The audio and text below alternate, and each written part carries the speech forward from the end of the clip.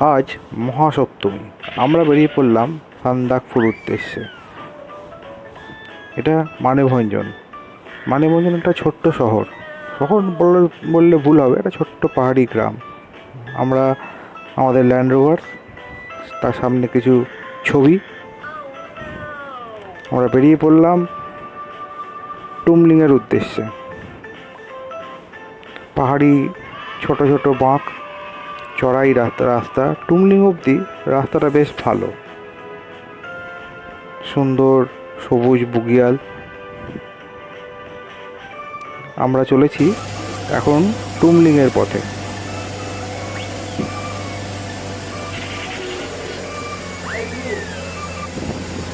আঁকা বাঁকা রাস্তা দিয়ে এগিয়ে চলেছি টুমলিংয়ের পথে। দেখাই যায়, দেখতেই পাচ্ছেন পিচের রাস্তা। টুমলিং অবধি রাস্তা খুবই ভালো, যেতে কোনো রকম আমাদের অসুবিধা হয়। সবুজ বগিয়াল, পাশ দিয়ে চলেছে আমাদের গাড়ি। জায়গাটার নাম চিত্রে।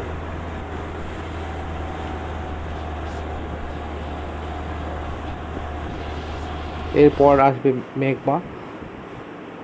মেঘমার পর আমরা সোজা পৌঁছে যাব টুমলিং বা টংলু।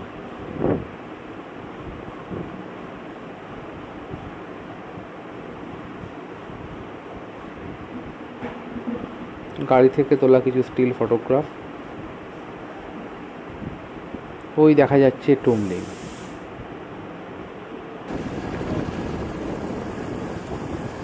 আমরা প্রবেশ করছি টুমলিংয়ে।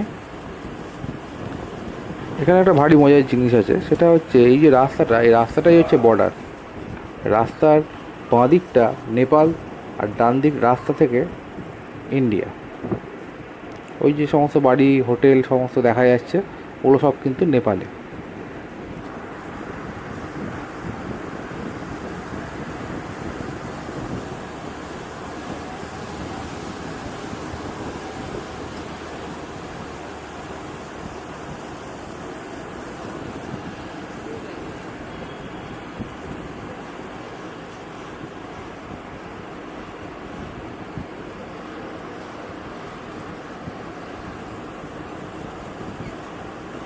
এখানে যে সমস্ত গাড়ি চলে তার মধ্যে বেশিরভাগই ল্যান্ড রোভার, যদিও বেশ কিছু বোলেরো এবং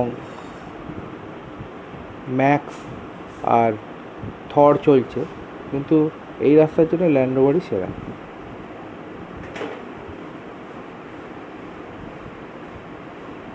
রাত্রিবেলা টুমলিংয়ের আকাশ, ভোরবেলা টুমলিং থেকে কাঞ্চনজঙ্ঘা, অপরূপ দৃশ্য। আর আকাশটা শোভা তো বলার কথা না। আমরা যে হোমস্টেতে ছিলাম তার বাগানের বেশ কিছু ফুলের ছবি। সকালবেলা সানরাইজ হচ্ছে, টুমলিং থেকে দেখা সানরাইজ কাঞ্চনজঙ্ঘার ওপরে। ভারী অপরূপ দৃশ্য। বলছিলাম যেটা, যে আমাদের যে হোমস্টেতে ছিলাম দারুণ দারুণ বেশ কিছু ফুলের গাছ আছে, সেই কিছু ফুলের কিছু ছবি।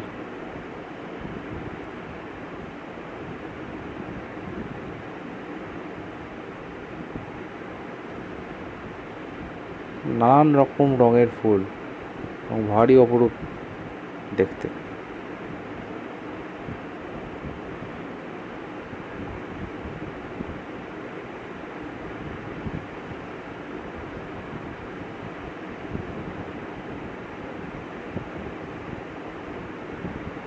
ফুলগুলোর নাম যদিও জানা নেই, কিন্তু দেখতে খুব ভালো লাগছিল, তাই সব একে একে ছবি তুলে দিলাম।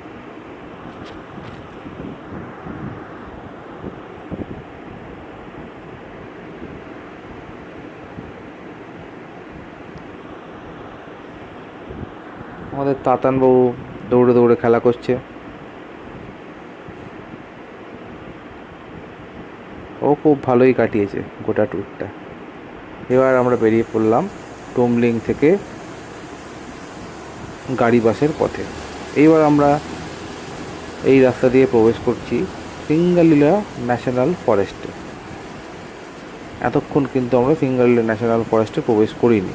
এই টুমলিংয়ের পরেই আমরা কিন্তু প্রবেশ করতে চলেছি সিঙ্গালিলা ন্যাশনাল ফরেস্টে। এটাই এর এন্ট্রি পয়েন্ট।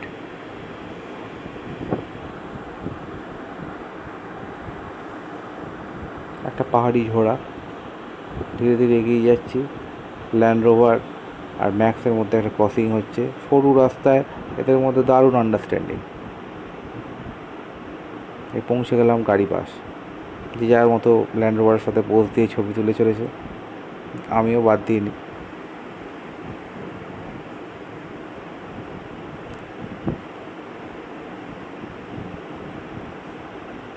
বাদ পড়েনি তাতানবাবু। যাই হোক, আমরা এখানে লাঞ্চ করে বেরিয়ে পড়লাম কালীপুকুরির উদ্দেশ্যে। এই সেই কালীপুকুরি লেক, একটা বৌদ্ধিস্ট টোম। এই কালীপুকুরি লেকটা পুরো মেঘে ঢাকা আমরা যখন পৌঁছলাম, দেখতেই পাচ্ছেন। এরপরে সৌগতর কণ্ঠে একটুখানি গান শুনে নিলাম আমরা, গরম গরম কফি সহযোগে। শোনা যাক সেই গান।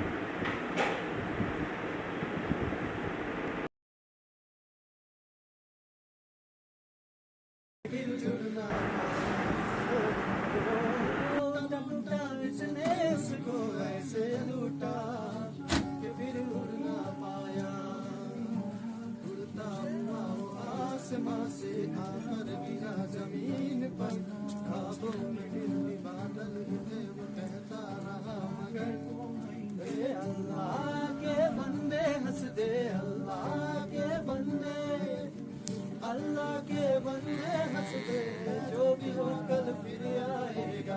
अल्लाह के बंदे हंस दे, अल्लाह के बंदे, अल्लाह के बंदे हंस दे, जो भी हो कल फिर आएगा।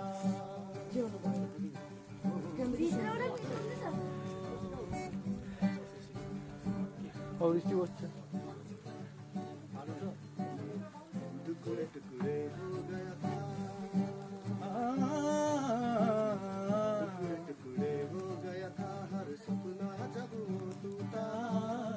टुकड़े टुकड़े हो गया था, टुकड़े टुकड़े हो गया सपना जब वो टूटा। उसके बाद क्या हुआ?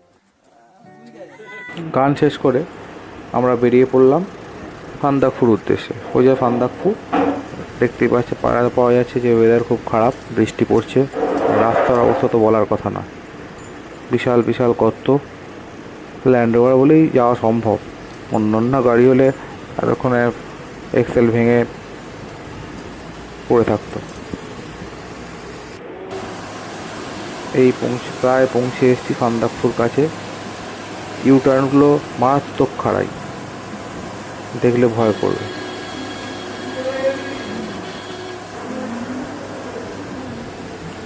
এই সেই ইউটার্ন,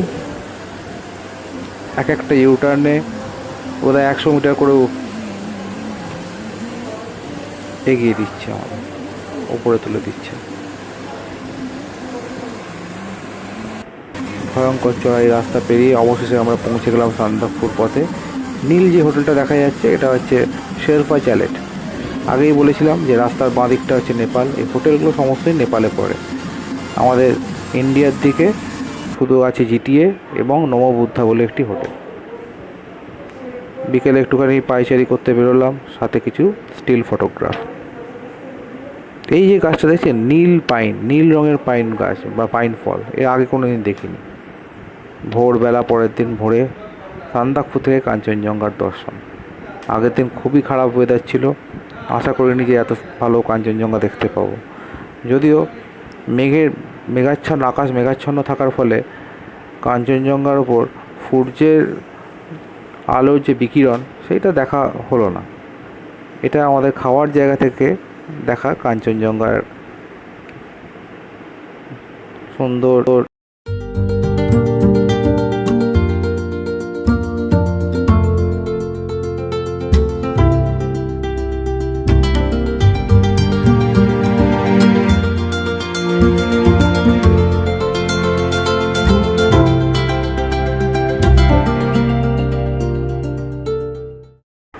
তাতানবাবু একদম ফিট, সকাল সকাল আমাকে দেখাচ্ছে কাঞ্চনজঙ্ঘা। তারপর এই হলো সান্দাকফু শহরের ছবি। সান্দাকফু শহর বললে ভুল হবে, ছোট্ট একটা পাহাড়ি গ্রাম। সকালবেলা আমরা বেরিয়ে পড়লাম ল্যান্ড রোভারে চেড়ে ফালুটের উদ্দেশ্যে। অপরূপ সুন্দর রাস্তা, best part of Sandakphu. Sandakphu থেকে ফালুটের রাস্তার যে সৌন্দর্য সেটা না দেখলে বা না গেলে বোঝা সম্ভব নয়। সব তো আর ফোনে ক্যামেরাতে ধরা সম্ভব নয়। রাস্তা যদিও ফ্ল্যাট কিন্তু খারাপ। আমাদের সবাই কোমরের অবস্থা খারাপ হয়ে গেছিলো এই ল্যান্ড রোভারে চড়ে এই রাস্তাটি যেতে যেতে, বিশেষ করে যারা একদম পিছনে বসতো।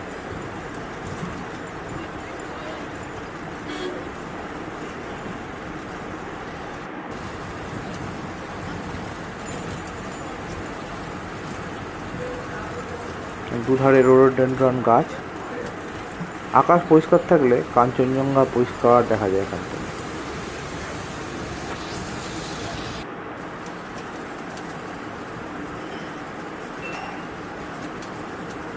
ছোট ছোট বুকিয়াল, আর সেখানে চড়ে বেড়াচ্ছে ইয়াক আর ঘোড়া।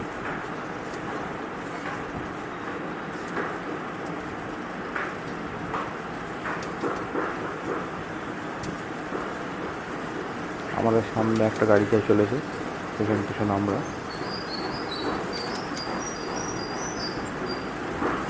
এই রাস্তায় গাড়ি করে না গিয়ে ট্রেকিং করাটাই বাঞ্ছনীয়।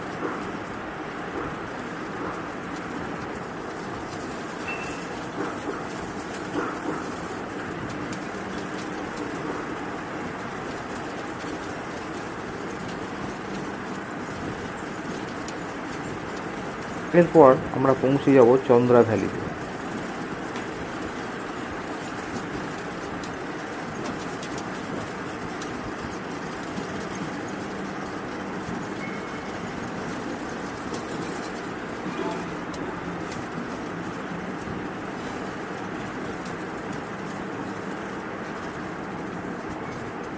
চন্দ্রা ভ্যালি জায়গাটা অসাধারণ। একটা ছোট লেক আছে আর অসংখ্য গাছ। গাছগুলো মৃত, সোজা সোজা দাঁড়িয়ে আছে, কিন্তু তার শোভা মনোরম।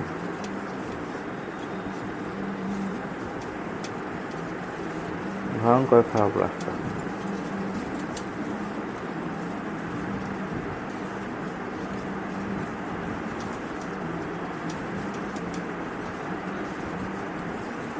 যেটা বলছিলাম, গাছগুলো সব ডেড, শুধু সোজা সোজা দাঁড়িয়ে আছে। শুরু হলো চন্দ্র ভ্যালি বা চন্দ্র উপত্যকা। আমরা বেশ কিছু ছবি তুলে নিলাম, যে যার মতো পোজ দিয়ে। এই আমাদের ল্যান্ড রোভার। ফালুট আর মাত্র 15 কিলোমিটার। সবাই আনন্দে মেতে আছে।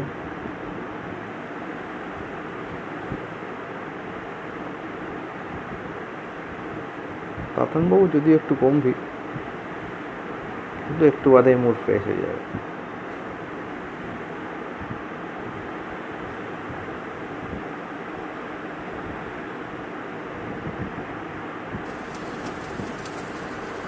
আবার এগিয়ে চললাম।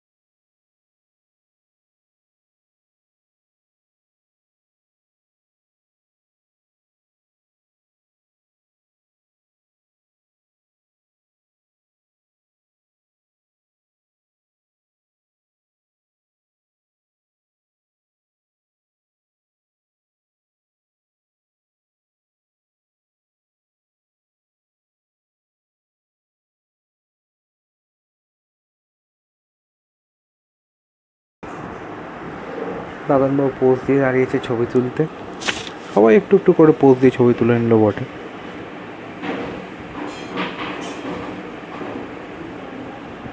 ও খুব আনন্দ করছিল, এখানে দৌড়দৌড়ি করে খেলা করছিল। সাথে ল্যান্ড রোভারের সাথে একটা ছবিও তোলা হলো।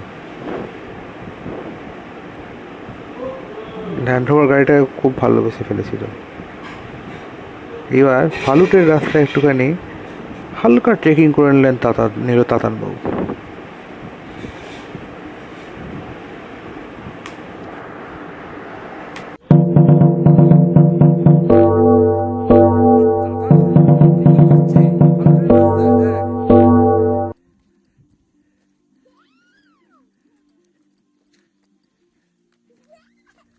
এদিকে এদিকে এদিকে উল্টো না উল্টো না, দেখে দেখে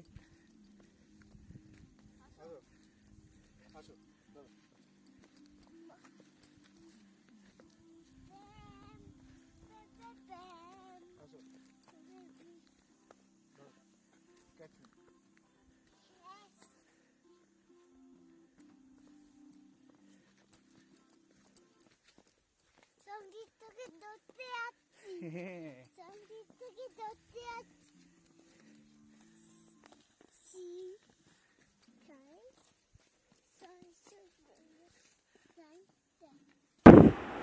এবার ফেরার পালা। সান্দাকফু থেকে নেমে আমরা সোজা চলে যাবো দার্জিলিং।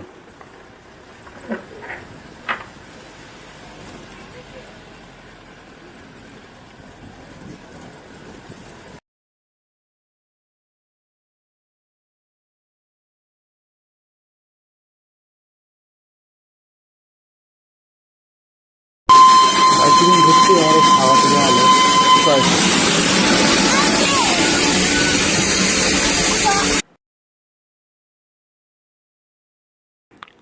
বর্তমানে দার্জিলিং অত্যন্ত কনজেস্টেড হয়ে গেছে। সান্দাকফুর পরে আর ভালোই লাগছিল না। যাই হোক, গ্লেনারিতে আমরা দুই বন্ধু, তাতানবাবুও খোশ মেজাজে। এখানে একদিন কাটিয়ে আমরা ফিরে চললাম আবার বাড়ির উদ্দেশ্যে।